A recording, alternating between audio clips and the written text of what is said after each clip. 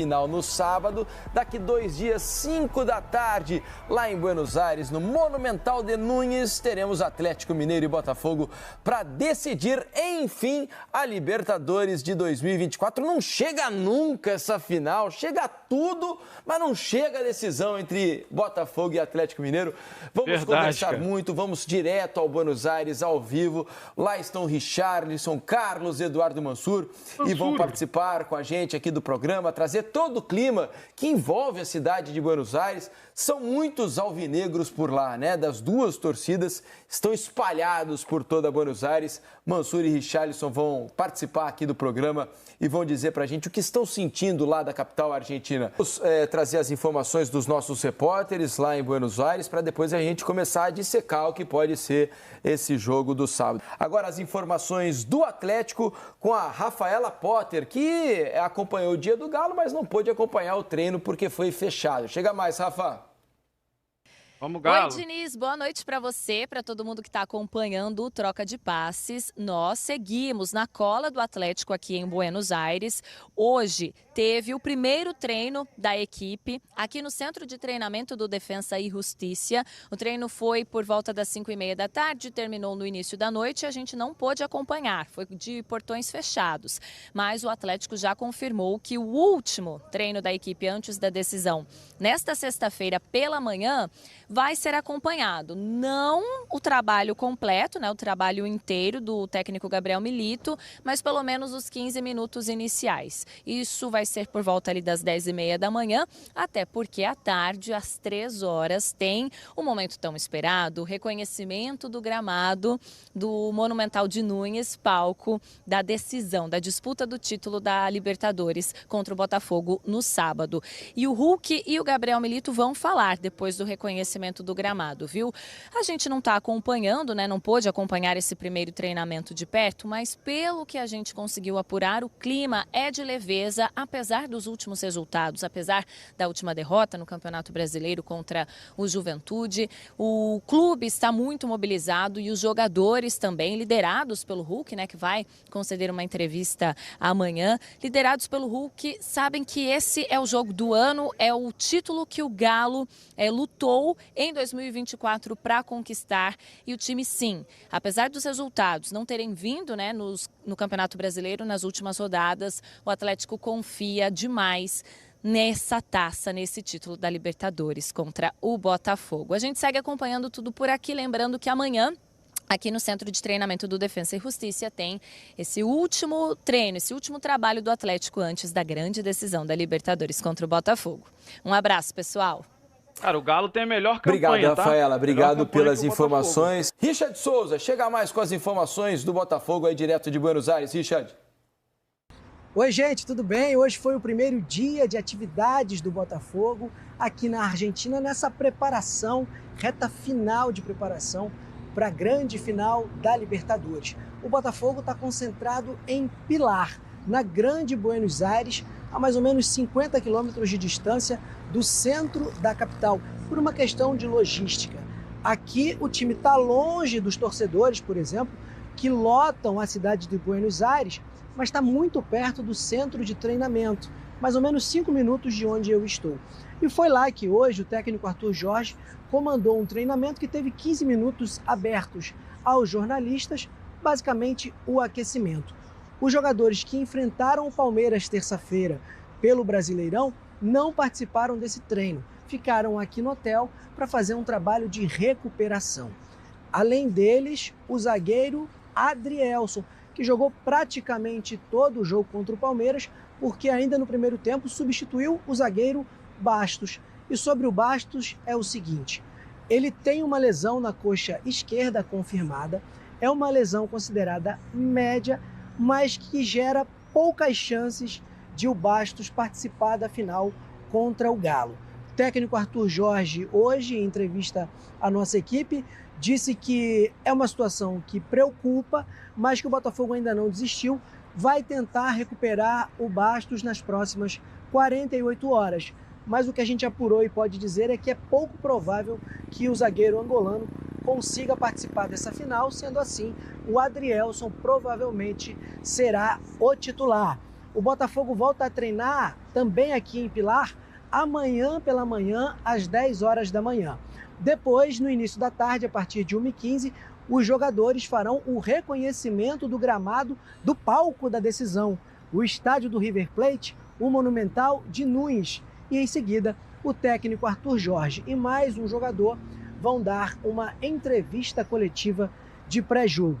Muitos botafoguenses a caminho de Buenos Aires, muitos botafoguenses já estão aqui. O Aeroporto Internacional do Rio informou, inclusive, que existe uma operação de 66 voos extras aqui para a Argentina, para Buenos Aires, de ontem até o próximo dia 3 de dezembro, o que deve gerar um número de passageiros, um fluxo de 8.000 passageiros. Muita gente querendo assistir, torcer, sofrer e acompanhar essa grande decisão. Tchau, gente! Valeu, Richard, todos eles na esperança de depois comemorar e não chorar, né? Eles viajam com essa esperança, pelo menos. Mansur, Richarlison, desfalque. É claro que o Adrielson jogou muito bem essa última partida contra o Palmeiras. Foi puxado do banco de reservas ainda na primeira etapa, quando o Bastos se machuca. Mas um jogador que fez a temporada que o Bastos fez, imagino que, de qualquer maneira, é muito provável que seja sentida, né? Ah, claro, sem dúvida. O Bastos foi um dos líderes ali daquela defesa do Botafogo, até pela capacidade de ganhar duelos, né? Especialmente se o Botafogo parte para uma tentativa, quando o Atlético tentar sair jogando, de uma marcação um pouco mais adiantada, de pressionar o Atlético com a formação que a gente imagina que deva ser titular, com o Hulk, com o Daverson, com o Paulinho, com os três na frente, ganha pelo menos duas grandes referências de jogo direto, caso o Atlético não consiga sair de trás, buscando o Hulk, buscando o Daverson nessa primeira bola. E aí vai ser necessário que os zagueiros do Botafogo tenham uma capacidade também de ganhar esses primeiros duelos para o Botafogo ganhar a primeira bola, depois competir eventualmente pela segunda bola. Então, especialmente dessa característica de jogo, a gente não sabe como o jogo vai correr, se o Atlético vai conseguir jogar o Botafogo para dentro do seu campo, se vai conseguir jogar... O Atlético é um time que faz muito cruzamento, com os dois jogadores estão abertos, o Arana de um lado, o Scarpa do outro, exige muito duelo defensivo. Então, a gente vai depender muito também do andamento do jogo. Mas um desfalque como o Bastos, que fosse jogador com essa capacidade de ganhar duelos que ele teve ao longo da temporada, é óbvio que numa hora dessa, se pudesse perguntar ao torcedor do Botafogo e o Arthur Jorge, certamente ele preferia ter o Bastos. Do outro lado, né, Richarlison, Zaratio também não joga, né? Até viajou aí para a Argentina, como os times costumam fazer, levam todos os jogadores para a decisão da Libertadores. Mas é também um desfalque que acho que o Milito preparou para jogar essa decisão, né? Ele vinha dando minutos, que o Zaratio ficou um bom tempo afastado por lesão, aí foi entrando aos poucos, começou um jogo e aí, de repente, sentiu a lesão que deve tirá-lo dessa decisão do sábado também. Exatamente isso, Felipe. Era um jogador que o Milito sentiu falta quando ele esteve contundido. Preparou o Zaratio para essa decisão porque encaixa muito mais naquilo que o Milito tem como característica de equipe. O Zaratio é aquele meia, mas que também ele consegue ajudar na recomposição, ele dá uma intensidade diferente, ele potencializa quem está à sua frente, quem está ao seu lado, mas infelizmente, né, teve uma contusão e não estará apto à decisão. Eu vejo um problema para o Atlético, né? O Mansur trouxe uma possível escala, está voltando de contusão e que ainda não encaixou naquilo que o Milito quer para o Bernard dentro dessa equipe e tinha a condição de jogar com 3 volantes, que eu acho que o Milito abriu mão na questão de colocar o Otávio para jogar esse último jogo do Campeonato Brasileiro. Eu tenho uma dúvida só, se vai jogar Saravia ou se vai jogar Lianco. Eu acho que o Milito deve entrar com Saravia, que é um cara que tem muito mais característica daquilo que o Milito gosta naquela posição.